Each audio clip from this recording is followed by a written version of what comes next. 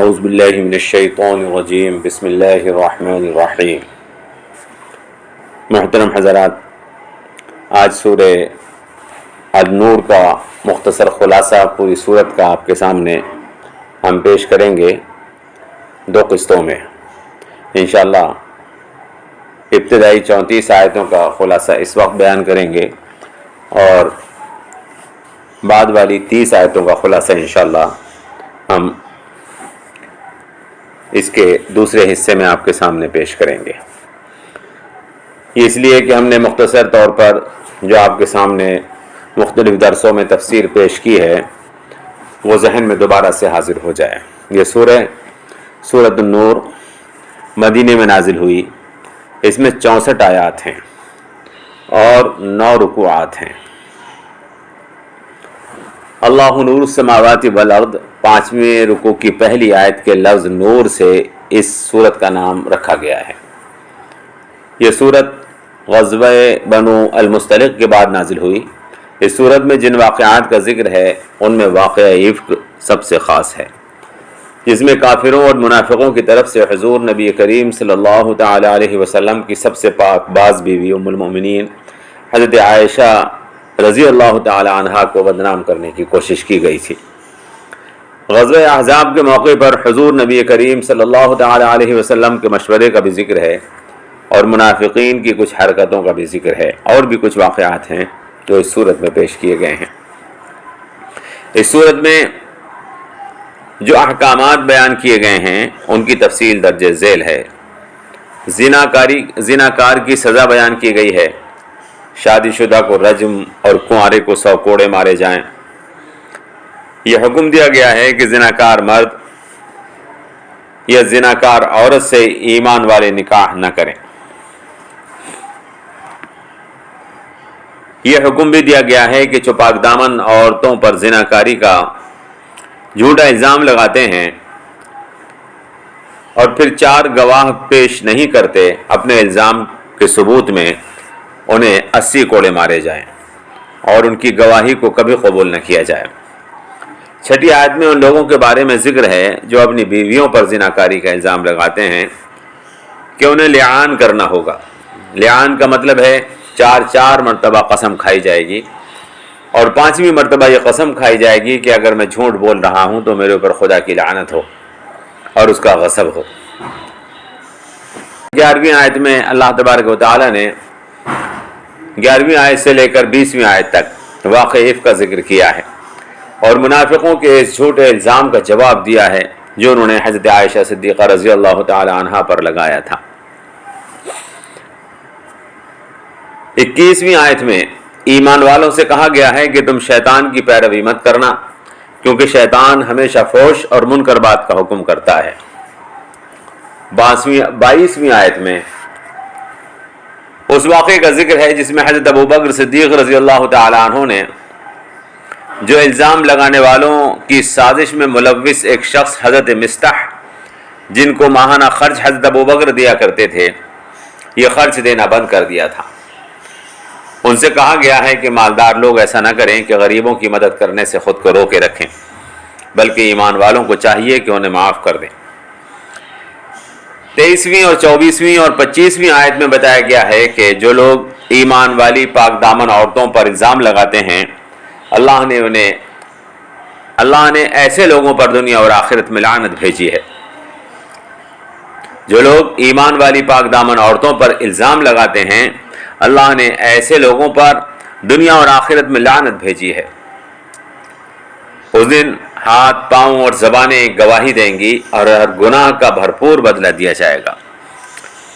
26ویں آیت میں بتایا گیا ہے کہ گندی عورتیں گندے مردوں کے لیے اور گندے مرد گندی عورتوں کے لیے مناسب ہوتے ہیں، اور پاک عورتیں پاک مردوں کے لیے اور پاک مرد پاک عورتوں کے لیے مناسب ہوتے ہیں۔ طبعی طور پر جوڑا ان لوگوں کا جب ہی بن سکتا ہے جب وہ آپس میں طبیعت میں ایک دوسرے کے مناسب ہوں، اور جو لوگ ایک جیسی طبیعت کے حامل نہ ہوں وہ میاں بیوی بن کر ساتھ میں خوش نہیں رہ سکتے، گویا یوں فرمایا گیا ہے۔ آیت نمبر 27 میں گھروں میں داخل ہونے کے سلسلے کے احکامات بیان کیے گئے ہیں کہ دوسروں کے گھروں میں بغیر اجازت کے داخل مت ہوا کرو، جب اجازت مل جائے تو سلام کر کے داخل ہوا کرو، اگر گھر میں کوئی موجود نہ ہو تب بھی بغیر اجازت کے کسی کے گھر میں مت داخل ہونا، اگر تم سے کہا جائے کہ تم اس وقت واپس چلے جاؤ تو واپس ہو جانا ہی تمہارے لیے پاکیزہ طریقہ ہے، لیکن دوسروں کے گھروں میں جو تم نے کرائے پر لے رکھے ہیں یا رہنے کے لیے کسی نے تم کو دے رکھے ہیں، جس میں تمہارا سامان پہنچ چکا ہے، ان میں تم بغیر اجازت داخل ہونا چاہو تو داخل ہو سکتے ہو، لیکن سلام کر کے داخل ہوا کرو۔ آیت نمبر 30 میں پردے کے احکامات بیان کیے گئے ہیں کہ تم اپنی نگاہوں کو نیچا رکھو اور اپنی شرمگاہوں کی حفاظت کرو، اور اپنے حزن کو غیروں کے سامنے ظاہر مت ہونے دو، الا یہ کہ جو حزن از خود ظاہر ہو جائے تو وہ اللہ معاف فرمانے والا مہربان ہے۔ اور سینوں پر چادر یا دوپٹہ ڈالے رکھا کرو۔ آگے ان لوگوں کا ذکر ہے جو محرم ہیں اور ان کے سامنے آنے سے کوئی نقصان ہونے کا اندیشہ نہیں ہے۔ ان لوگوں کے بارے میں بتایا گیا کہ وہ شوہر، باپ، بیٹے، شوہروں کے بیٹے، اپنے بھائیوں کے بیٹے، بہنوں کے بیٹے، میل جول والی عورتیں، باندی غلام، نوکر چاکر جو جنسی خواہش نہ رکھتے ہوں، یعنی گندی نظر والے نہ ہوں، یا بچے جو عورتوں کے پوشیدہ باتوں کو نہ جانتے ہوں، ان کے سامنے تم اگر چاہو تو آ سکتی ہو۔ اور فرمایا گیا کہ شریف عورتوں کی طرح سے چلا کرو، کود کر یا پاؤں کو زمین پر مار کر ان عورتوں کی طرح سے مت چلا کرو جو مردوں کو اپنی طرف راغب کرنا چاہتی ہیں۔ اور فرمایا کہ اگر کوئی غلطی ہو گئی ہو تو اسے اللہ سے معافی مانگو، اللہ معاف فرمانے والا مہربان ہے۔ اس کے بعد آیت نمبر 32 میں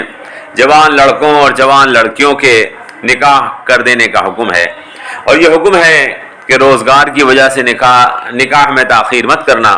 اللہ ان کو مالدار کر دے گا۔ اور آیت نمبر 33 میں حکم دیا گیا ہے کہ اگر نکاح کا موقع نہ مل پا رہا ہو تو پاک دامنی کے ساتھ زندگی بسر